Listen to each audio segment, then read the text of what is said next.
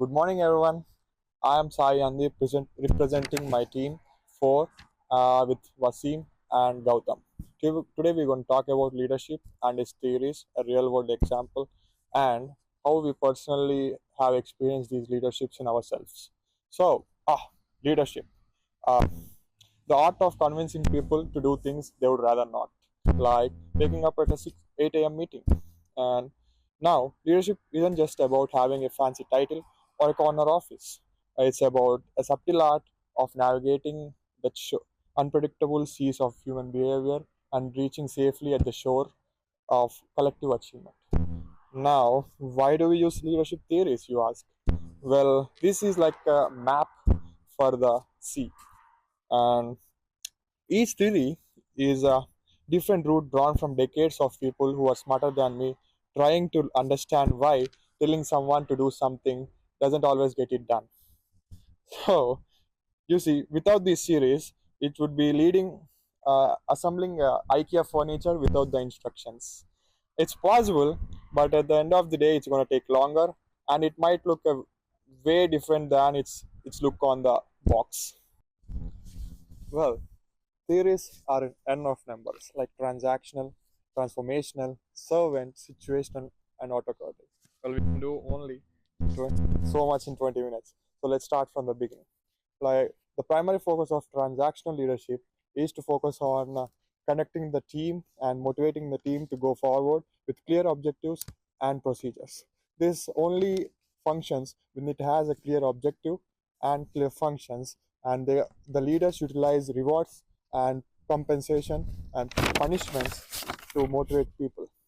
And they do this by rewarding people when they're successful by claiming the objective or completing the task, and punishing the people when they are no, not even punishing, it's a warning to the people when they do subpar. Now, transactional leadership is like accountants. They do make sure things add up, especially the bonuses. Now, the key features of this is clear objective. Now, leaders set clear objective and clear procedures and make sure they have the correct path for the actions. Now, rewards and punishments. They give rewards like bonuses, increments, and compensation when they are doing good, and they give warning when for subpar performance. And short-term focus. These prioritize immediate objectives, but prioritizing these immediate objectives will lessen the innovation, limit innovation and creativity. Transactional leaders excel in stable settings where there is a qualitative and predictive tasks such as in manufacturing and organized sales. A sales manager establishes monthly goals and provide rewards for executing them and just give warnings for failure. And while the leadership approaches may be useful for regular tasks, it can limit innovation and lessen team investment. Transformation leadership theory. This involves motivating the team members to achieve goals and surpass their perceived limits. This is done by the team leaders by giving them the motivation, the vision to do things. The key features this involves is inspirational motivation. Leaders inspire their teams to give them a vision and give them a goal to achieve. And idealized influence. This the leaders themselves become an example for the team members so they can look after him by taking upon their ethics, morals, integrity, etc. And idealized individualized consideration. The team leaders give the team members tailored and personalized consideration. Like they treat them on their own ways. They don't treat everyone the same. They treat each and everyone differently according to their needs. And intellectual stimulation. Transformational leaders challenge their followers to think creatively and be more innovative. The theory depends on the dynamic nature of the work environment where where there is always change and then it needs innovation to work. The transformation leaders don't just change the bulbs, they light up, they inspire the room to light up. But seriously, if anyone knows how to change the bulbs, please let me know in the next class. An example of this is CEO who drive sustainable practices within their company, inspiring the team by emphasizing the positive environmental and social impacts of their actions. The leadership style not only promotes organizational change, organizational growth, but also builds loyalty, engagement, strong sense of purpose among the employees. After all this, let's talk about my own leadership style and like how I behave. Now, while leading a marketing campaign, everyone was confused because they have to put in a lot of effort to bring up a campaign or an advertisement. So what I did as a I'm just a team member, and what I did as a team member is I practiced and implemented a brainstorming session where everyone in the team can put in their own words, like put in their own ideas. This actually brought a brilliant idea for the campaigning that our company needed, and we made a lot of sales growth and new opportunities. So by this, I found out my leadership is democratic leadership. Hello everyone, my name is Wasim. Today I'm going to speak about the leadership style, which is known as situational leadership, with my friends Gautam and Anudhi. So, starting with the leadership theory, it is actually developed by Paul Henry and Ken Blanchard, and they also argue that there is nothing called single best effective leadership. And in this leaderships actually adopt based on the needs of situation, and it also depends on the competence and the commitment of team members. So first of all, speaking about the key features of this leadership theory, leaders can actually adjust behavior based on two things. The first one is capability, and the second one is maturity. And basically, in this leadership, we have four types. The first one is delegating, second one is supporting, the third one is coaching, and the ultimate one is directing. So I will start with directing. Coming to the directing part, it is for the leaders who think that the employees are very inexperienced, and next one is like for coaching. In this, the employees are moderately skilled, but they have little experience. And delegating is for people who are very highly motivated and they are very highly skilled. And the last one is supporting. Supporting is for the employees who are very skilled, but they are really unmotivated. So this theory actually emphasizes on the importance of team member skills and the confidence of the team members. You know what? Situational leadership is like a Swiss Army knife, which is ready for everything, but you have to be careful not to pull out the corkscrews when you need the scissors. And ultimately, I have an example for this. Like a project manager delegates a task to a new employee because he is very inexperienced. And ultimately, he delegates his task to the employee who is very experienced. It shows that that there is a slight difference in the leadership style in between the new employee and the existing employee. And ultimately, this theory actually emphasizes, and very applicable in diverse settings. And it is a kind of a practical tool for managers who can build guidance and who can bring some kind of autonomy to the corporation.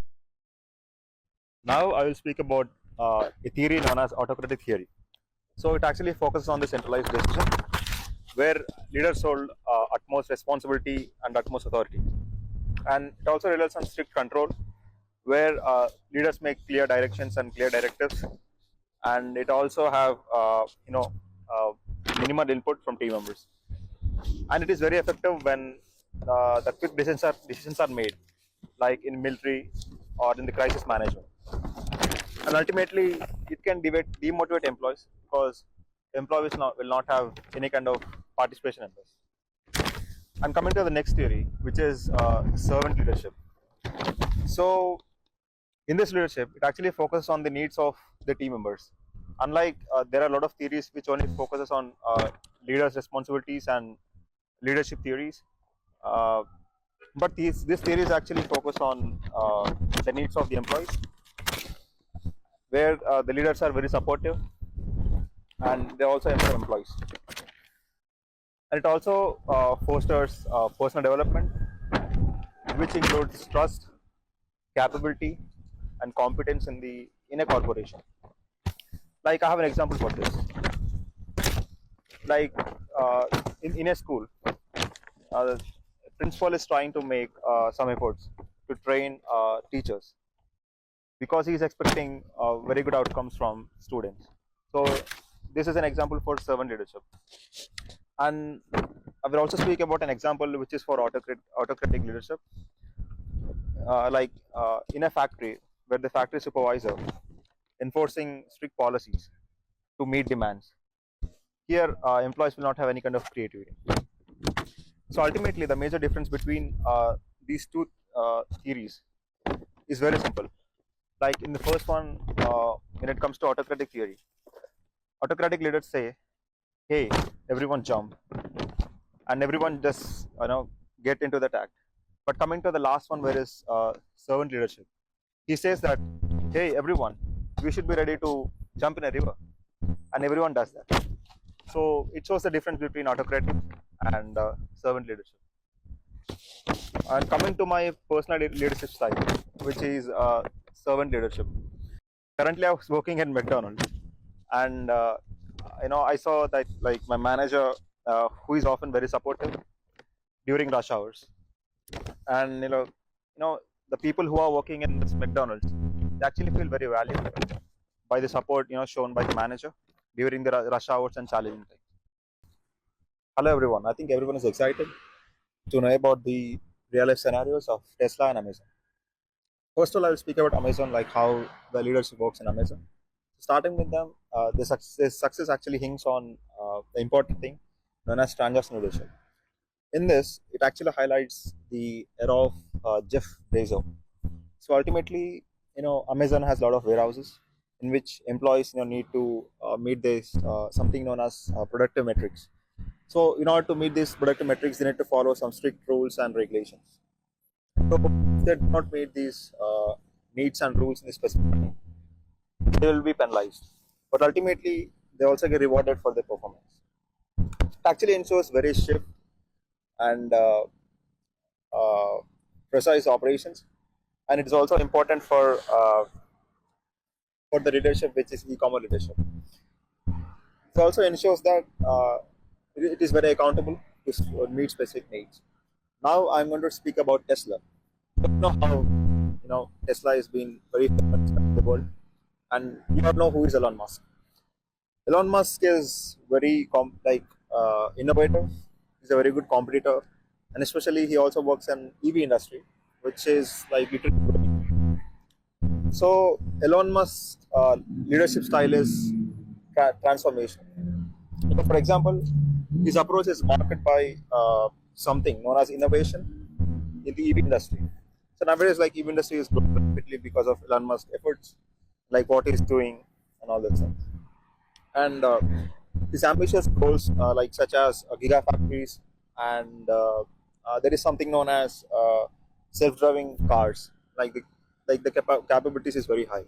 So it shows that uh, they are taking challenge as a work, and ultimately it can motivate employees to drive creativity. Ultimately, it actually forces innovation and sustainable practices in the workspace. So finally, I would say under his leadership, Tesla has emerged as one of the best industries around the world, especially in the industry, uh, like marking something known as sustainability in terms of saving energy and automatic innovation. So ultimately, his leadership thrives, like creativity, where his thoughts are being, and it actually helps him to strive innovation. So this is all about the real life scenarios of Tesla and Amazon. Hello, I'll be talking about one more real world example, that is Microsoft. So, under Satya Nadell's leadership, Microsoft has successfully implemented the situational leadership. So, adapting to the evolving needs of both the organization and its employees. So, Nadella emphasizes empathy, collaboration, and flexibility. So, transforming Microsoft since taking it over as CEO in 2014. She faced many problems. Obviously, the COVID is one of it. So he revitalized the company by granting autonomy to experienced engineers, and she also welcomed the new skilled people. And she also trained the new teams personally. So during this Microsoft shift to cloud computing with Azure, Nadella also promoted a growth mindset. So this mindset was very useful and helped her during COVID. It helped her like adapting quickly to the changes no matter what. That's why Microsoft never went down in stocks or in charts during the COVID-19. So this was one of the showcasing the impact of situational leadership in the dynamic tech landscape. Start.